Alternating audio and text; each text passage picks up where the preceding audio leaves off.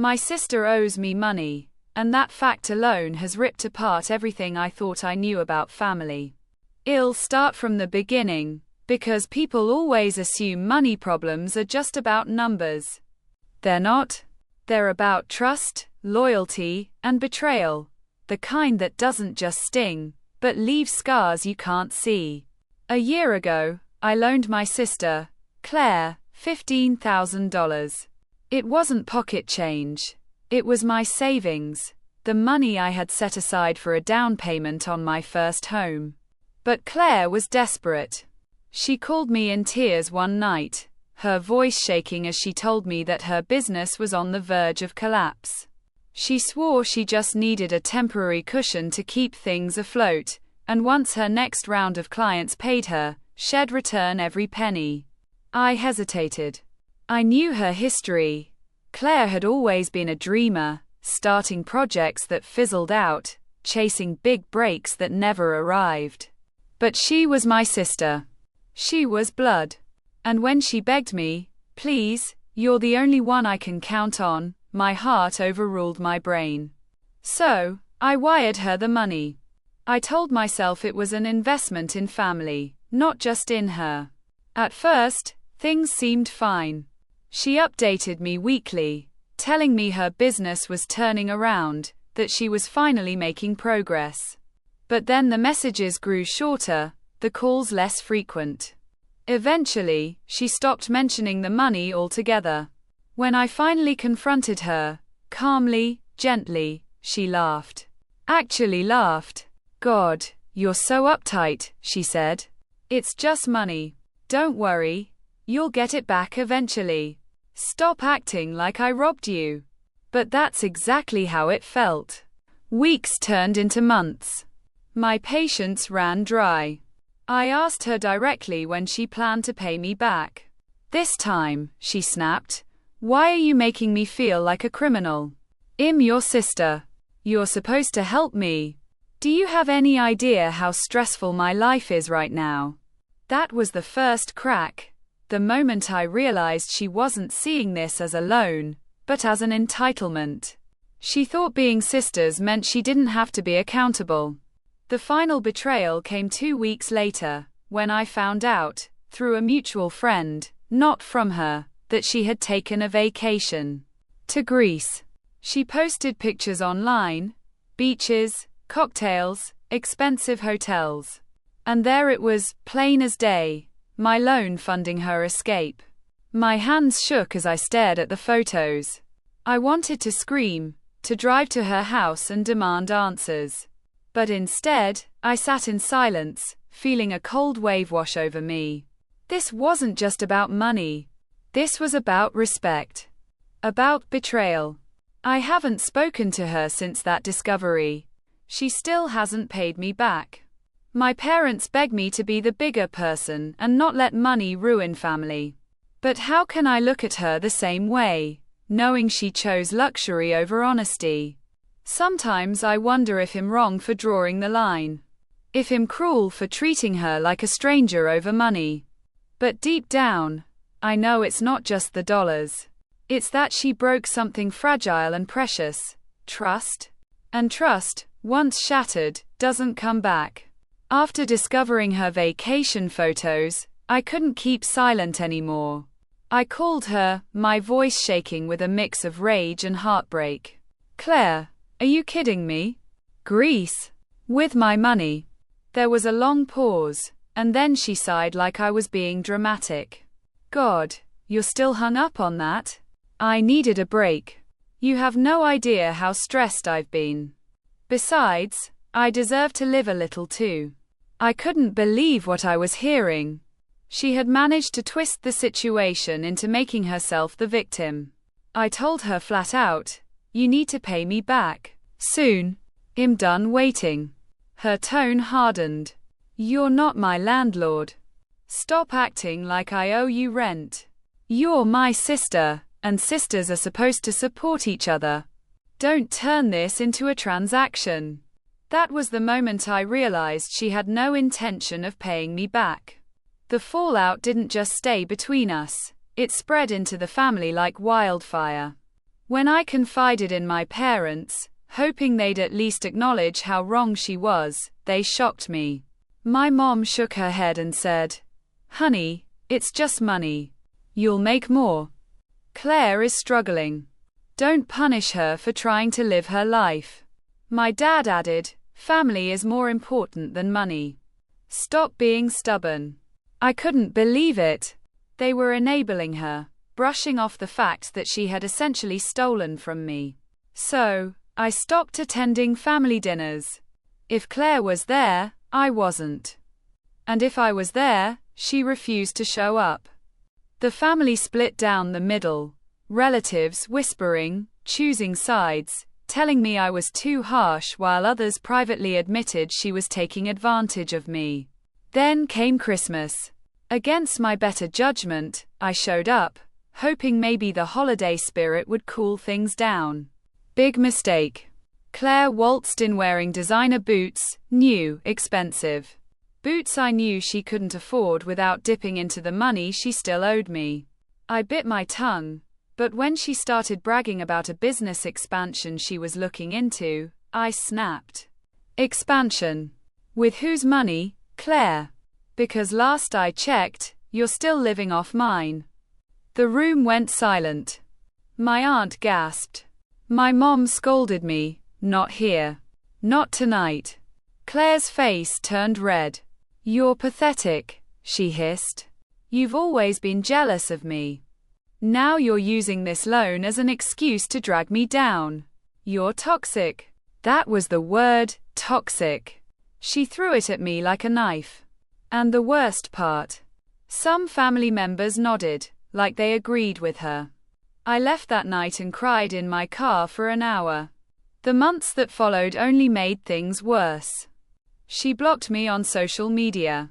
Friends we used to share drifted toward her side because she spun a narrative that I was obsessed with money and holding a grudge. Meanwhile, I had to face reality. The dream of buying my first home was gone. The housing market kept climbing, and the money I had saved, the money I had trusted her with, was gone forever. I considered legal action. I even spoke to a lawyer. He said I might have a case if I had written proof that it was a loan, not a gift. Luckily, I had text messages from her saying, "I promise I'll pay you back as soon as I can." When I told Claire I was considering legal action, she exploded. She sent me a wall of texts, calling me a traitor, accusing me of destroying the family. She threatened to make sure everyone knows what kind of person you really are. But what broke me wasn't her words. It was when my mom called me afterward and begged me not to sue. "She's your sister," she said through tears. "If you take this to court, you'll ruin our family forever." And here's the cruel twist, my sister still acts like him the villain. She goes on vacations. She posts pictures of new clothes. She lives her life without a care in the world. Meanwhile, I'm left picking up the pieces, financially, emotionally, even socially, since so many people have bought into her version of events. The betrayal isn't just the money. It's the gaslighting, the manipulation, the way she's managed to make me feel like the bad guy for simply wanting what's mine. Sometimes I lie awake at night, replaying everything. Wondering if I should just said no when she asked. Wondering if I should cut her out of my life completely. Because here's the hardest truth. I don't think he'll ever see that money again. And I don't think he'll ever see my sister the same way either. After months of going in circles, I finally decided I couldn't live in limbo anymore. My lawyer drafted a formal demand letter. It wasn't aggressive. It was factual, outlining how much she owed me, referencing her texts, and giving her 30 days to pay before legal proceedings began. I mailed it. Certified. 3 days later, Claire showed up at my apartment. She didn't knock politely. She banged on the door until my neighbors peeked out. When I opened it, she shoved the letter in my face. "You're suing your own blood?" she spat, eyes wide with fury. "Do you want me to be homeless? Do you want to destroy me? I kept calm, though my hands shook. I don't want to destroy you, Claire. I want my money back. You promised. You lied. This isn't about family. It's about accountability. She broke into a mocking laugh. Accountability. Please. You're nothing without me. You've always lived in my shadow. Admit it. You don't care about the money. You just want me to suffer. I shut the door in her face. The following week, the family group chat exploded. Screenshots of my demand letter circulated like wildfire. My phone buzzed constantly. Why would you drag this into court? Mom, she's your sister, not a stranger. Dad, money isn't everything. Cousin Emily, good for you. Someone needs to stop enabling her. Aunt Denise, the only one who ever sided with me. It felt like a war. Me versus my entire bloodline. And then, Claire pulled the dirtiest move yet.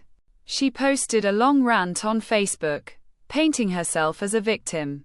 She claimed I had given her the money as a gift, that I was now gaslighting her and abusing her emotionally by demanding repayment. She even said, I can't believe my own sibling would rather see me starve than support me when I was at my lowest. Hundreds of comments poured in. Friends of hers I'd never met told me to get over it. Some called me greedy. Others messaged me directly to say I was heartless. I wanted to scream. None of them knew the truth, that she hadn't been starving, she had been sipping cocktails on Greek islands. When the 30-day deadline passed, I followed through. I filed in small claims court. The case was set. But here's where the betrayal cut even deeper. 2 nights before the hearing, I got a call from Aunt Denise. She spoke in a whisper. You need to know something, she said. Claire has been telling everyone that Mom and Dad gave her permission to use that money. That they said you wouldn't miss it. My blood went cold. What? That's not true. I know, Denise said. But she's planning to bring it up in court to make you look unstable. She's already lined up witnesses, family members, to back her story. It hit me like a ton of bricks. My own parents were about to take the stand against me. The court day came. I sat there with shaking hands, clutching the printed texts, bank transfers, and the certified demand letter. Claire strolled in late, sunglasses on her head, smirking like this was just a game. When it was her turn, she spun her story like a professional actress. The money was a gift. I had regretted giving it later and was rewriting history. She had been in crisis, and I had promised to help her without conditions. And then my mom and dad stood up and nodded along. My parents. They didn't outright lie, but they said things like, we remember her saying she wanted to help Claire, no strings attached. I felt like the floor disappeared beneath me. When it was my turn, I presented the texts, her exact words promising to repay me. The judge leaned forward, reading carefully. My lawyer pointed out the transfers, the dates, the clear context that this wasn't a gift. It was messy, brutal, humiliating. And in the end, the judge ruled in my favor. Claire was ordered to pay back the full amount, plus interest. But here's the thing about betrayal. Even when you win, you lose. The family didn't congratulate me. They didn't apologize. Instead, they closed ranks around Claire, acting like she was the victim of an overly harsh system. I got messages like, "Are you happy now? You've humiliated your sister in court. Mom, you should have handled this privately. Blood is thicker than water. Dad, don't expect us at your wedding when you treat family this way." Claire herself, it crushed me. Months later, Claire still hasn't paid. She's filed for extensions, claiming hardship. She's still living her life, still buying things she can't afford. My credit card debt, the one I had to rely on after she drained me, is still there. The money hurts. But what hurts more is knowing my family chose her lies over my truth. Sometimes, I wonder if the lawsuit was even worth it. Not because I was wrong, but because I lost something more valuable than money. I lost my faith in the people closest to me. And the worst betrayal? Deep down, I still miss my sister.